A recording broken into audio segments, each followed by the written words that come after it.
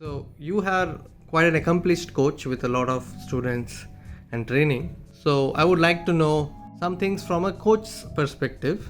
What are three things you would tell to a parent who has just enrolled their child to a first tournament? Okay, so first thing is it's really tough to find out whether the child has the potential to become someone very strong. That will we will have to give some space and time, and we have to wait to see how things evolve. So it's going to take some time. So it's very important the child should enjoy the game and enjoy the whole experience. It should not become very too rigorous or very monotonous, just chasing good results.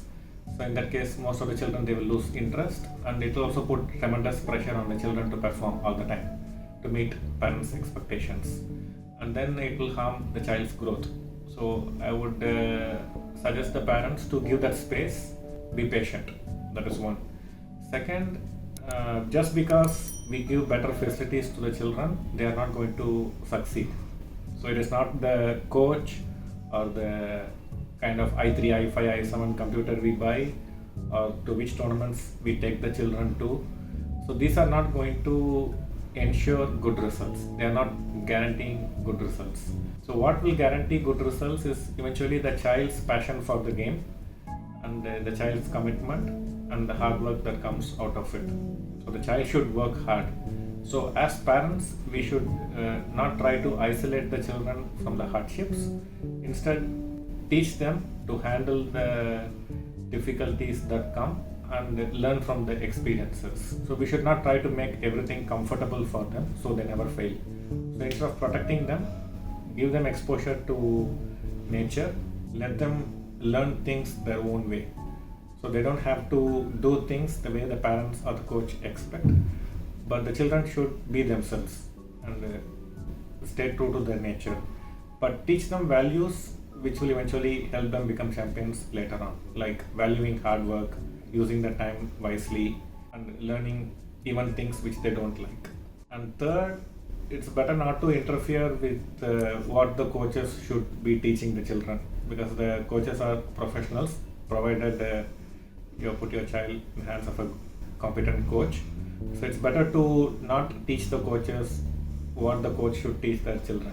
So many parents do this. They say like, my child is weak in a game, having this problem and that problem and so on. And I have seen personally maybe at least 500 parents who say, teach this opening to my child, all this kind of stuff. So if you really care for the child to become a better professional chess player, it's better not to interfere in these things. These are the three things I would suggest. In the trainers camp that you do, you once shared that weakness is absence of strength. Or what are those moments that made you feel so?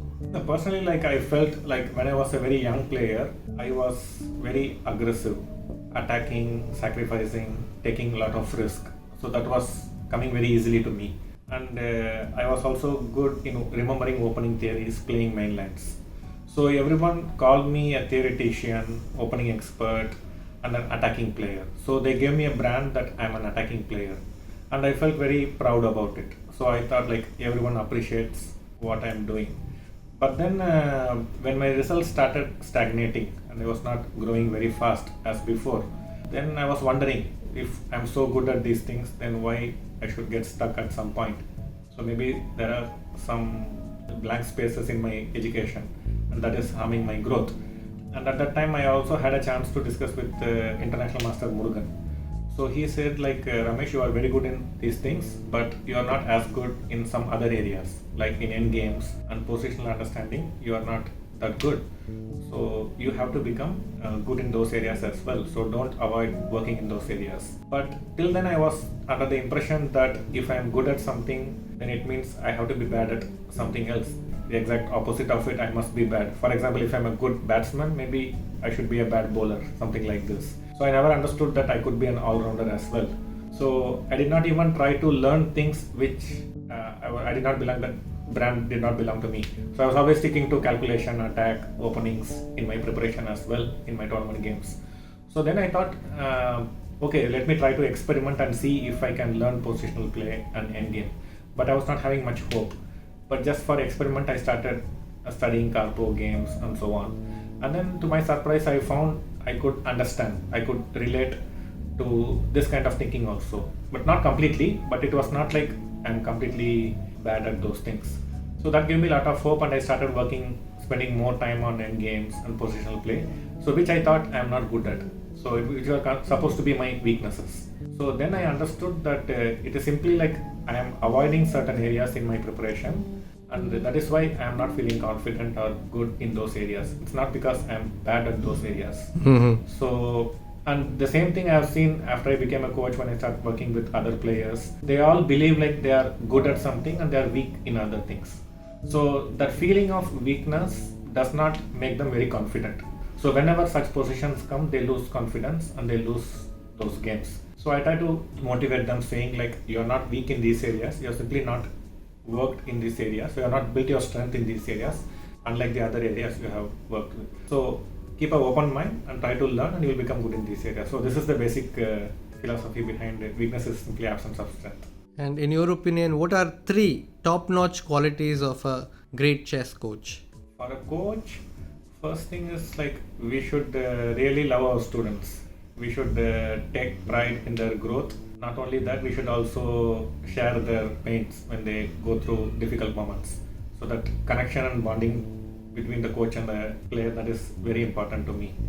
And nowadays, unfortunately, educating the parents that this is not going to be like, okay, like a love story movie where everything ends in a marriage, something like that, and they live happily ever after. It's not going to be like that. So there are going to be many hardships right from the beginning, and irrespective of the level the child is, there will always be challenges, there will always be very difficult moments. Most of the time it will look like hopeless, and we will be doubting whether are we going in the right track. So all these issues will keep coming time and again, and this will hurt the child more than the parents.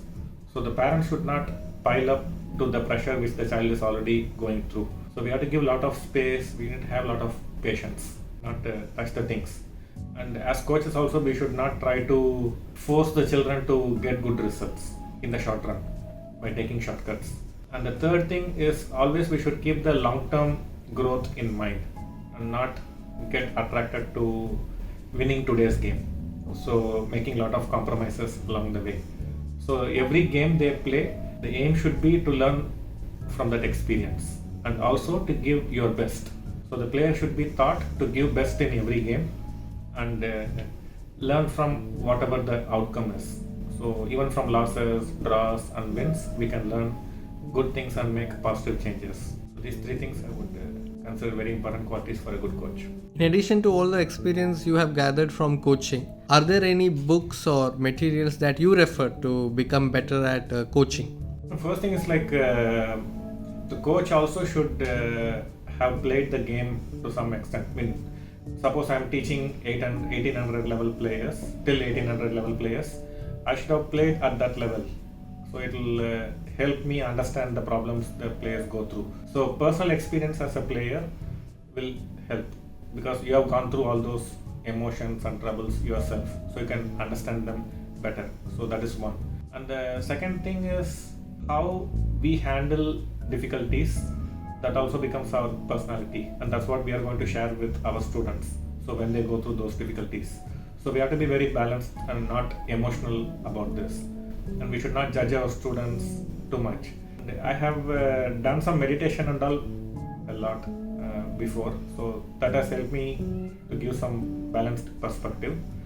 And the other thing is, I've read one book, You Can Win by Shiv Khera, when I was beginning to become a coach. When I was entering my coaching career, I read that book and it really inspired. It just showed like in many things you can look at the same thing in different ways. So I used to recommend that book to all my students. So all my earlier students, they have read that book and they got inspired. But the books can only give you knowledge, but how you absorb that knowledge and make a part of you, that's up to every individual. And if I had to ask you 3 things a parent should not say after the game is over. The first thing is like I would prefer if the parents don't even ask about the result. like generally the question is like when the child comes out of the game, like we ask what happened to your game. So basically what we are emphasizing with that question is all I am interested is whether you won or lost or draw, like the outcome. But the result is not going to make a player stronger. It is how the child plays during that whole game, their work ethics, their mental toughness. So these are the things that is going to decide whether a child will really become a stronger player later or not what happened in today's game. So when we ask this question every time when the child comes out of the playing hall, what happened to your game? Now imagine if I had lost a game, I would try to forget it very quickly, and I don't want people around me to keep reminding me that I lost this game. So when I come out of the tournament hall, I'm already hurt and I'm feeling probably ashamed about myself for having lost a game, feeling sad. And when people ask like what happened to your game, and I say I lost the game, it's not a pleasant experience. So we are kind of reminding the child that the child lost, and we are trying to make the child feel guilty. So the better way to approach would be like, did you play a good game? Did you enjoy the fight? So we have to focus on the fighting qualities, the challenges the child faced, all the different moments, and whether the child gave the best effort or not. So these are the things the parents and the coaches should focus rather than on the result. So I think focusing on the result is something the parents should and the coaches should completely stop, because we are teaching the children that the result is everything, not their work ethics. So that is one thing I would want the parents not to do that at all. And also, like, parents should not make the children feel guilty when they lose. Like sometimes some parents, in very rare cases, they beat their children or scold their children, or even just getting upset if the child lost the game. It can affect the child, because the child will feel like my parents are upset because I lost, so I must have done something wrong. And losing in a sport is not something wrong. It's just one of the possible results. So we should not make the player feel guilty for losing games. It's definitely possible at all levels, even world champions lose. So again, not to make the children guilty for bad results.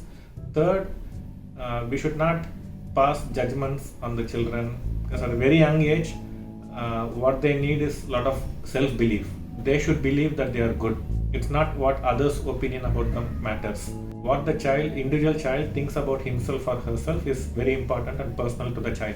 So we should take care we don't affect the child's confidence and self-belief in a negative way by constantly criticizing them, and also keep talking and reminding them about their difficulties or like weaknesses. So it's better not to talk about these things to the children in front of them. Okay, thank you very much for patiently answering all our questions. Yeah, my pleasure.